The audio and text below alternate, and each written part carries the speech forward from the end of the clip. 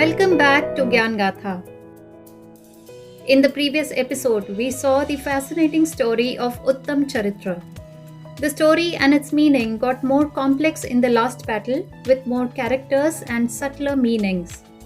The viewer by now must have got a glimpse of the deep meaning hidden inside a simple story. As I had mentioned in the second episode, the various facets mentioned there are in a way a key to understanding the Devi Mahatmyam. I would once again urge you all to review the concepts mentioned in the second episode before continuing with this one. And in case you have missed any of the episodes, then you may follow the link for the episodes given in the description box. Now in today's episode, we are going to look at the deeper meaning as stated in the story depicted in Uttam Charitra.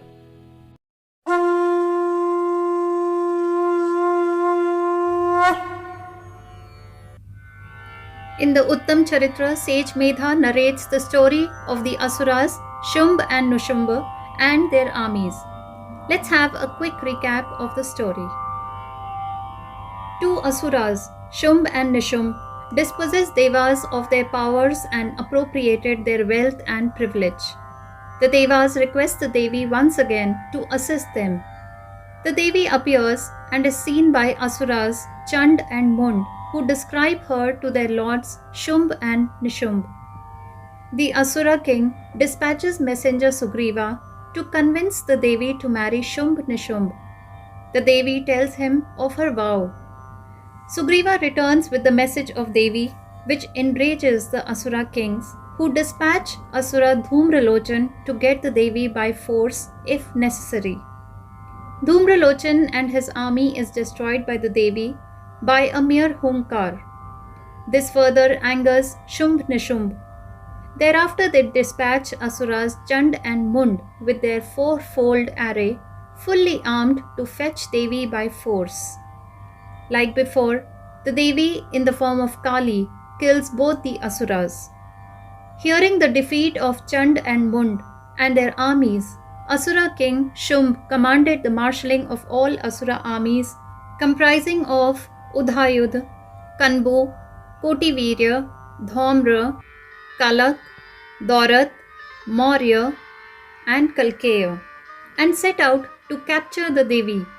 9 Shaktis, namely Brahmani, Maheshwari, Kaumari, Vaishnavi, Varahi, Narsimhi, Aindri, Chandika, and Kali, come together to fight the armies of Asuras.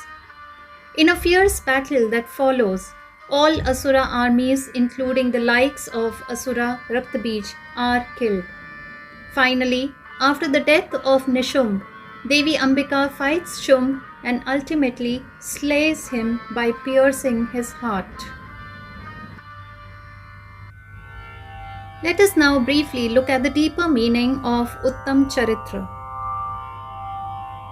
The demons are now more subtler. Shumb means I or me, the pseudo-self, and Nishumb means mine or attachment, who along with their generals, Chand, who means extroverted psychic energy, and Mund means introverted psychic energy. Dhumralochan means distorted perception, and Raktabija means incessant compulsive thought process. Are forces which are difficult to deal with and require benevolent and beautiful manifestation. One that can enlighten and liberate is predominated by Sattva, and that manifestation is of Mahasaraswati. The myth has familiar beginnings of demons dispossessing gods of power, wealth, and privilege. The gods pray to Devi to lift them out of misfortune, reminding her of her boon to help them whenever in distress. Parvati, taking abode in the Himalayas, suggests that the gross body is not an inert thing, but the abode of the self that illuminates the mind and body. Even the gods come down to Himalayas to extol the divine self.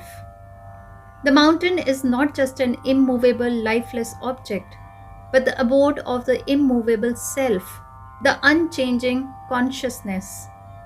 The goddess, who indicates self, illuminates not just the Himalayas, that is body, but the entire universe. Synchronistically, Parvati Devi comes there at the same time and inquires who the gods are praying to.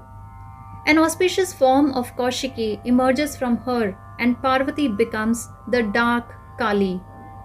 It denotes two forms of goddesses or divinity, one auspicious and the other terrible, similar to that of Shiva, who also has two forms, auspicious and Rudra Avatar. There are two other interesting phenomena at work here.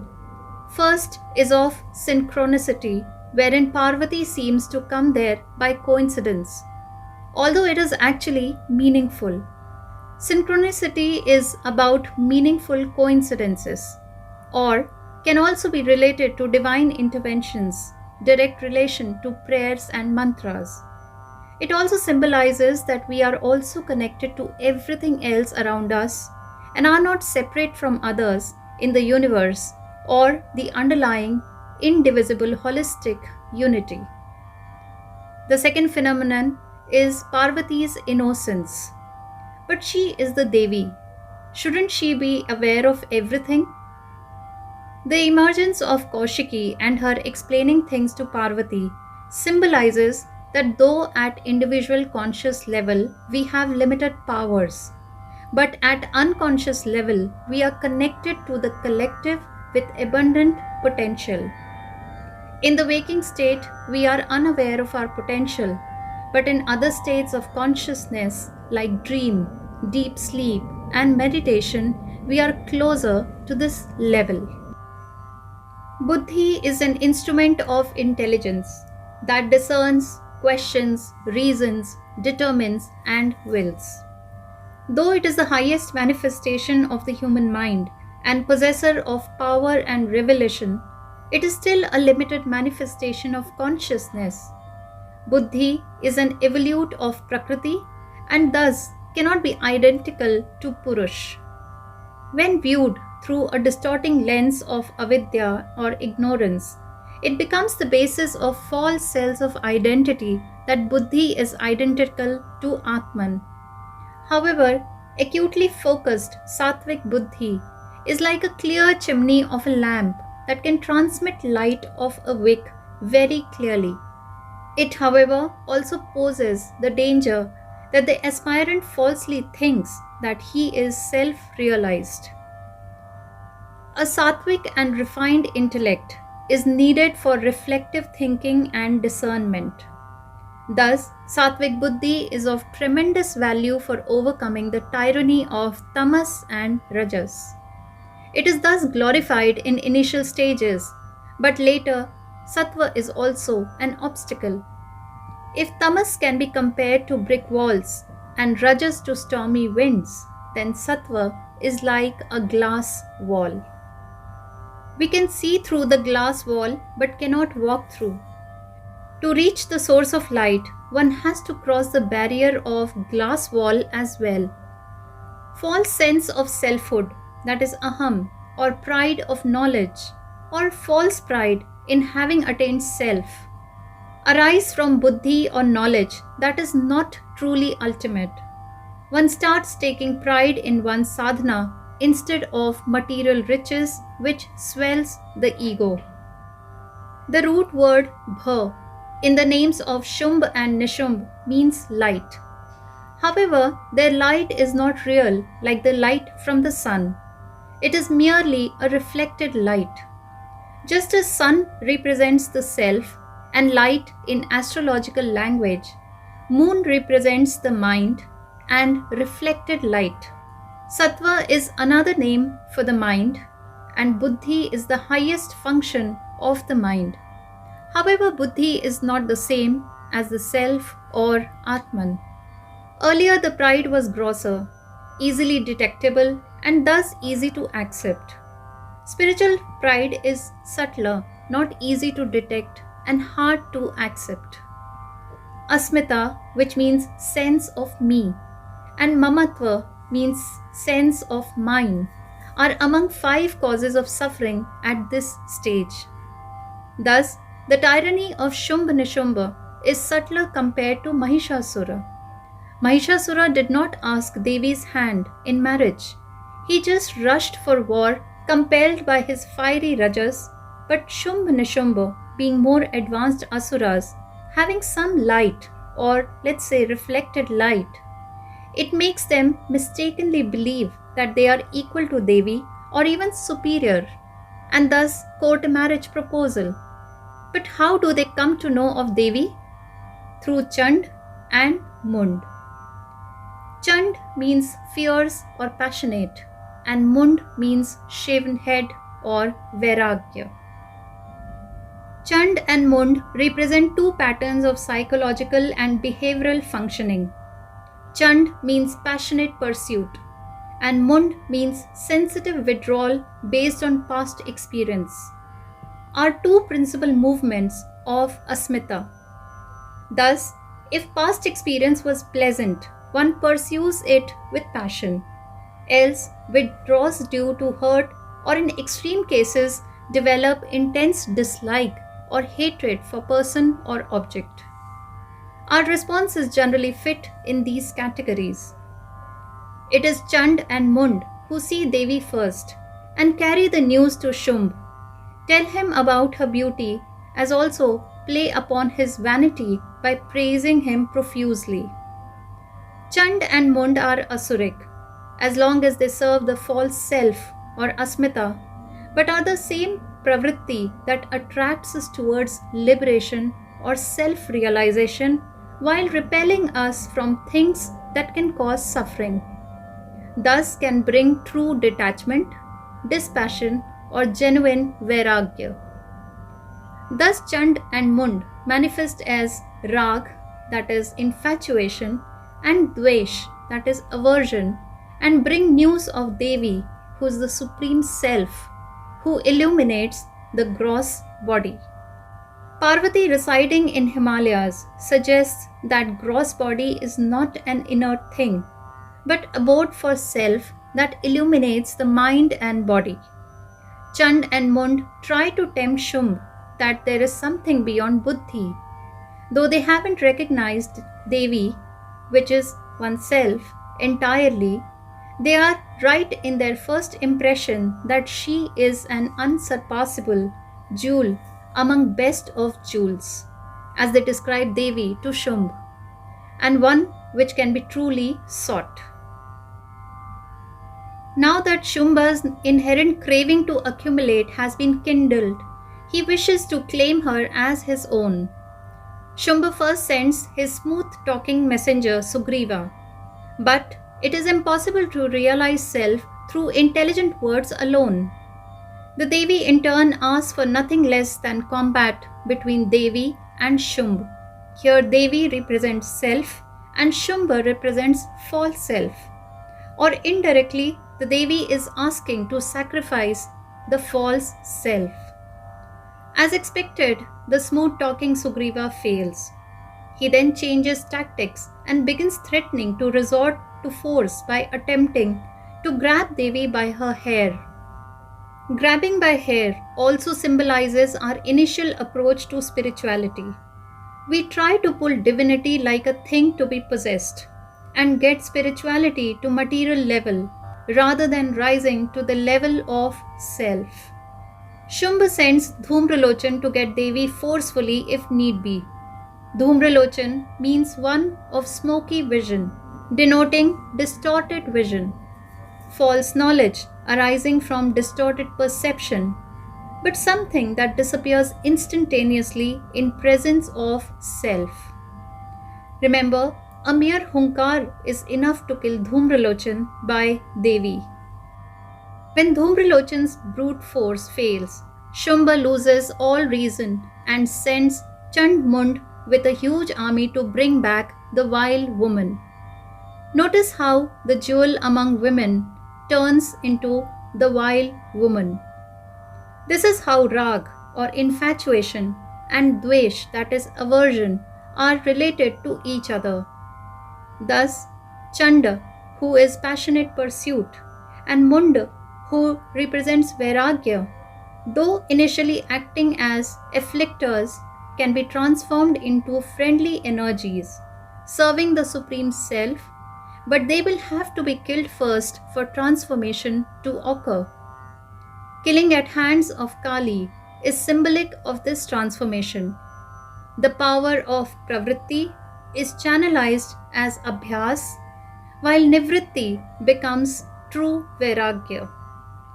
Kali devouring the Asura armies reminds us of Kal Chakra that grinds all things to dust. The destruction of Chand and Mund needed the fierce Kali, but Shumb and Nishum, being more subtle spin offs of intellect and buddhi, needed the auspicious and sattvic form of Devi to liberate them. That is why Kali tells Ambika that I have brought you the heads of Chand Mund. Shumb Nishumbha, you will slay yourself. Once again, we have Devi talking to herself. And remember, both the terrible, that is Kali, and auspicious, that is Ambika, are two forms or aspects of the same goddess. Upon news of loss of Chand and Mund, Shumb marshals huge armies of Asuric forces. Each Asur Sampradaya has got its own meaning, and here's what they depict. Udhayudha means ghrina or contempt. Kambu means lajja or shame. Kotivirya means bhay or fear. Dhaumra means shanka or doubt. Kalak means jugupsa or disgust. Daurat means kul, that is family or caste identity.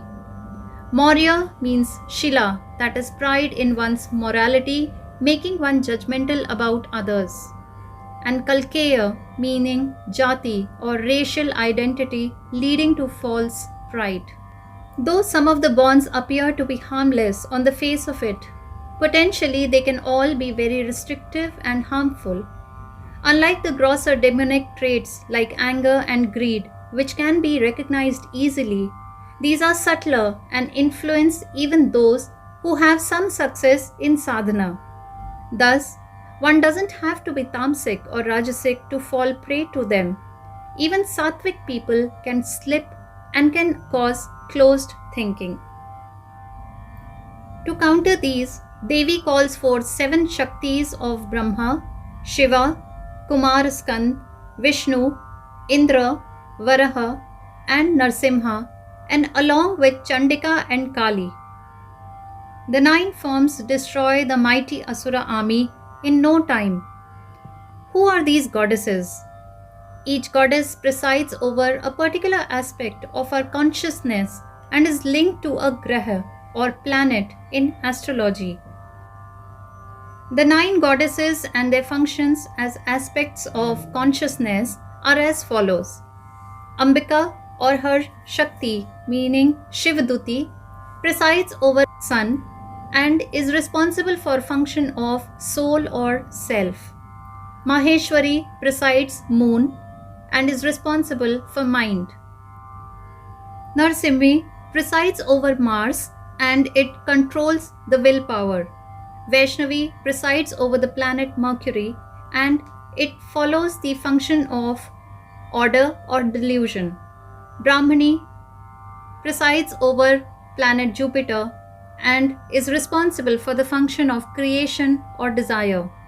Endri or Indrani presides over planet Venus and is responsible for sovereignty, jealousy, or envy.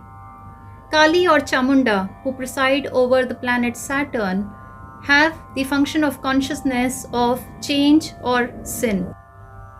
Varahi presides over the planet Rahu and is responsible for intent, pride, or arrogance. And the last, Kaumari, who presides over the planet Ketu, is responsible for aspiration. After the Asura clans have been killed, and Chand, that is Pravritti, and Mund, that is Nivritti, also are under control, what remains is silencing of Chitta Vrittis. Raktabij represents Chitta Vrittis.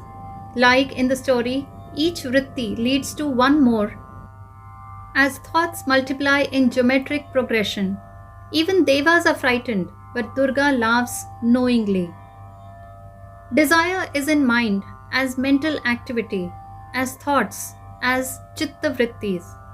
When desire takes center stage, we often sit and watch helplessly, wondering what we can do to release ourselves from the endless cycle of desire, gratification, or frustration. Durga knows that the best way to counter it is to control the chitta vrittis or overcome the first desire or first thought rather than fight thousand more.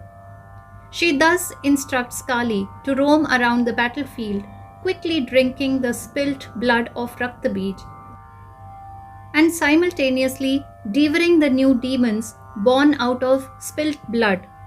The bloodless Raktabija died promptly thereafter. Only two demons, Shumb and Nishumb, the inseparable brothers, now remain. In a long battle sequence, Devi fights first with Nishumb, then Shumb, and again with Nishumb. Nishumb is not highlighted much apart from him being the younger of the two and as dear as life itself to Shumb. Shumb, who means mamatva or attachment, is dear as life to Shumb, who means asmita or I. Since a false sense of self is shaped by its attachment to body, mind, possessions, family, social roles, group affiliations, identity, and beliefs. Nishum represents attachment to all objectives, attributes. The Devi's battle sequence with Asura brothers represents inner conflict between boundless self and limited sense of self. Being inseparable, one rises as the other falls. As mentioned earlier, self, which means Atman, is not the same as non-self, which means Anatman. It is avidya or ignorance which gives rise to such perception. Avidya is so powerful, pervasive, or subtle that it is the root of all sorrows or kleshas and makes us mistake buddhi for self. When Nishumbha, despite his grandeur, is knocked down senseless, he rises up in desperation as a monster with 10,000 arms, suggestive of desperate grasping or clinging to countless fragments of all that one considers own. This instinctive grasping of the limited self or ego awareness is final klesha or abhinivesha, which is the most basic attachment to life of all living beings, manifesting in the form of fear of death, of self, self-identity, individuality, etc. All as a result of misidentification of self with ever-changing prakriti or material nature. The only way to slay it is to pierce it through the heart with the sword of knowledge, that is, Gyan. Even then, Nishum makes one last appeal to Devi to stop, depicting how unrelentingly one clings to self. Now Shumb is left alone. Stripped of all false things, he has identified himself with all along.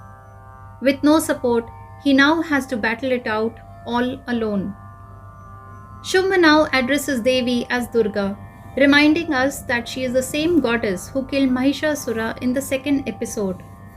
Shumb, the false self, is based on erroneous notion of multiplicity or individuality and cannot recognize unity of all existence. Hence, he asks Devi to fight alone and not use others. Thus, Devi reveals that she is the only one saying, I alone exist in the universe, who else is there besides me? Following these proclamations, Devi withdraws all her projections into herself. Now, Shumb is all alone.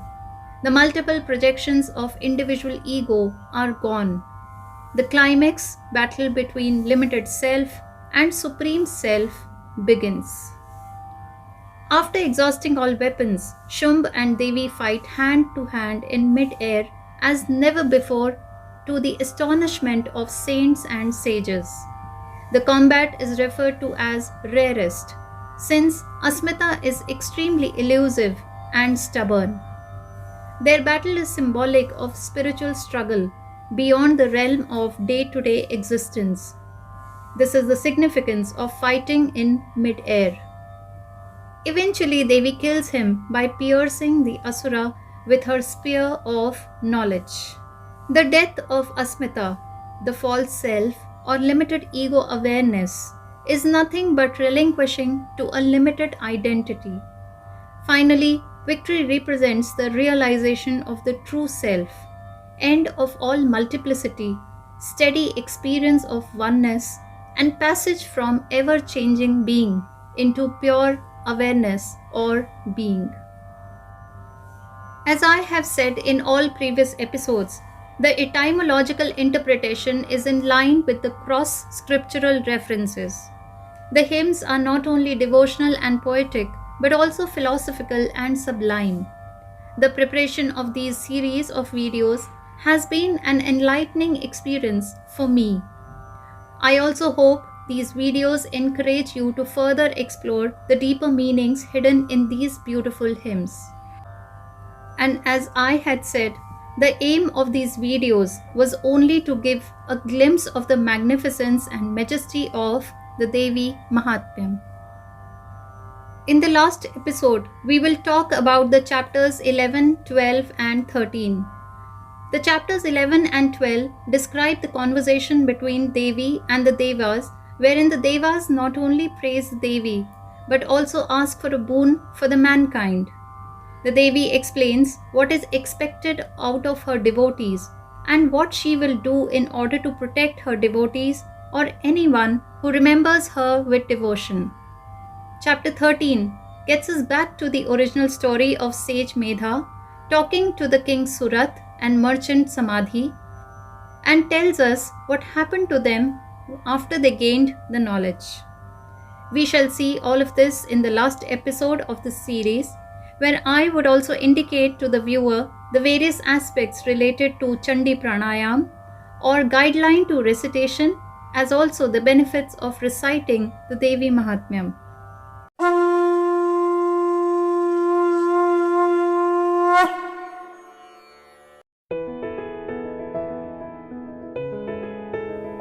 Stay connected with us on Gyan Gatha for the last episode of Devi Mahatmyam. Thank you all.